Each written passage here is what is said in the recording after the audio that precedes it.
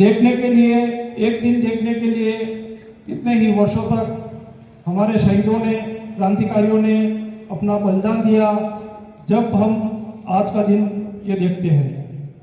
इतिहास में ऐसे बहुत सारे उदाहरण हैं। इस देश को आज़ाद कराने में हमारे देश की माता बहनों ने अपने गहने बेचकर हमारे क्रांतिकारियों का सहयोग किया था। ऐसा ही उदाहरण इतिहास में आप सबने भामाशाह का नाम सुना होगा। महाराणा प्रताप को खड़ा करने के लिए हमारे देश के बहुत बड़े सेठ थे भामाशाह, उन्होंने अपना सर्वस्व दान देकर महाराणा प्रताप को खड़ा किया।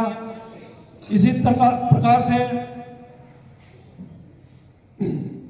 बहुत सारे लोगों ने, जिनका हम नाम नहीं जानते हैं, उन्होंने अपनी खुद की संपत्ति बेचकर इस देश को आज़ाद कराने में योगदान दिया।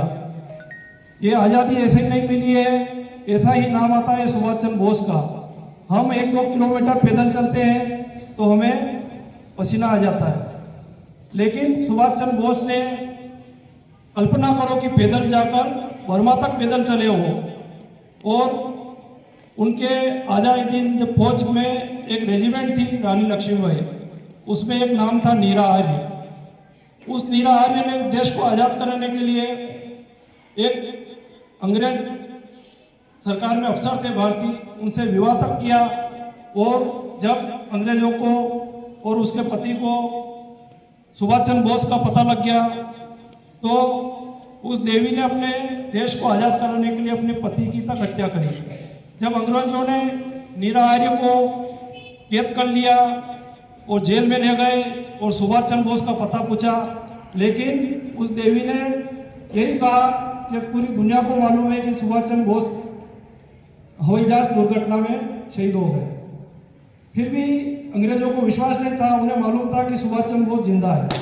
तो उस देवी के अंगों को काटा गया, फिर भी उस देवी ने सुभाष चंद्र बोस का पता नहीं बताया, उसे काला पानी की सजा दी गई।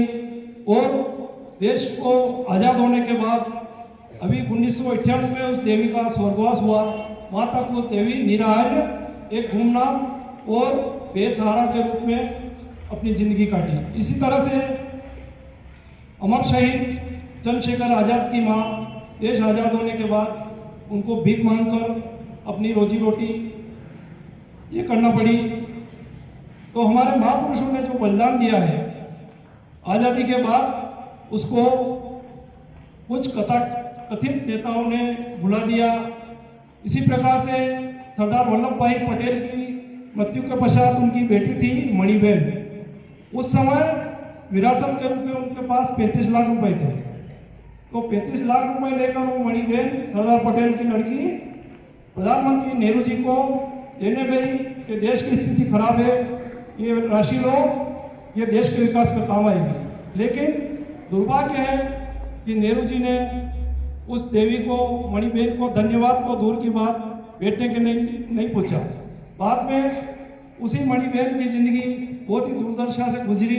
वो चाहती तो उस जमाने में अपना बहुत बड़ा साम्राज्य व्यवसाय खड़ा कर सकती थी, लेकिन उसने देश के लिए सोचा।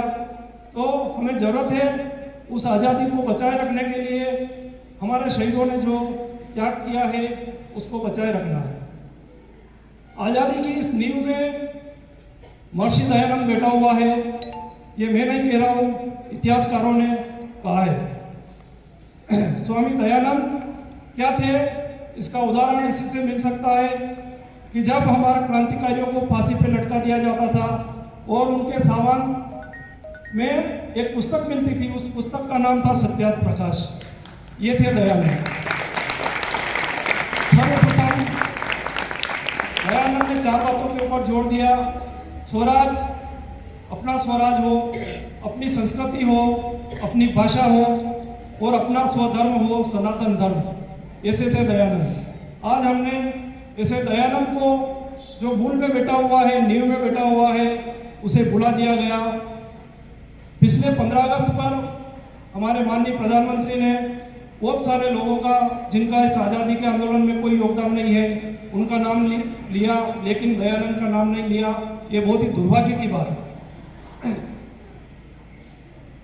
एक उदाहरण है, हम भी कुछ कर सकते हैं देश के लिए। एक समुद्र के किनारे एक व्यक्ति बैठा हुआ है और पानी की लहरों के साथ बहुत सारी मछलियाँ किनारे पे छूट जाती है, वापस पानी में नहीं जाती है। तो वो व्यक्ति मछलियों को उठा कर पानी में फेंकता है उनको बचाने के लिए, वो तड़पती है। तो पास में बैठा व्यक्ति उससे कहता है कि तू कुछ मछलियों को बचा लेगा तो क्या फायदा होगा, क्यों व्यर्थ में ये काम करता है। तो व्यक्ति बोलता है कि मैं कुछ तो कर सकता हूँ, कुछ मछलियों को तो बचा सकता हूँ, मैं अपने पुरुषार्थ से कुछ को तो बचा सकता हूँ। इसी प्रकार से आपसे आह्वान करना चाहता हूँ कि अपने देश के लिए हम भी कुछ कर सकते हैं, चाहे छोटा फर्क पड़े, फर्क तो पड़ता है।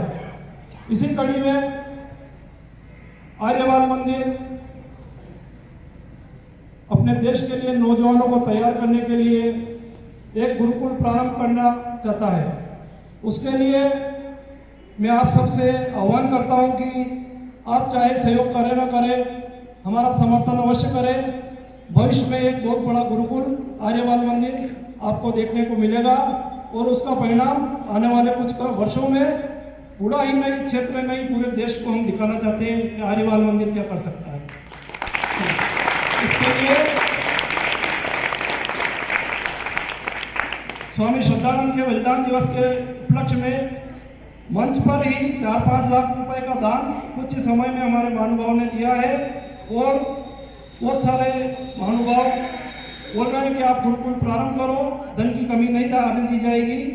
तो मैं सभी का हृदय से धन्यवाद करता हूं कि इस बड़े यज्ञ की तैयारी के लिए आपने दान दिया है। साथ ही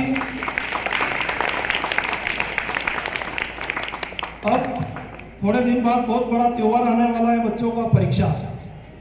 तो सभी अच्छे से पढ़ाई करें, तैयारी करें। तो हमारे विद्यालय ने, समिति ने दान राशि की घोषणा की है, आपको पता है, पूर्व में भी घोषणा कर चुके हैं। जो 10th और 12th में प्रदेश में टॉप 10 की सूची में आएगा उसको 1 लाख रुपए का पुरस्कार दिया जाएगा। साथ ही जो जिले की मेरिट में आएगा 10th और 12th टॉप 10 में उसको 51,000 रुपये दिए जाएंगे। तहसील में जो आएगा उसको 21,000 और गांव बूढ़ा में अपने विद्यालय का छात्र प्रथम आएगा तो उसको 5100 रुपये दिया जाएगा। मैं चाहता हूं कि पूरी क्लास ही इनाम ले जाए और इस विद्यालय का, इस गांव का नाम रोशन करे। पुनः आप सबको गणतंत्र दिवस की बहुत बहुत हार्दिक शुभकामनाएं। जय हिंद, जय भारत।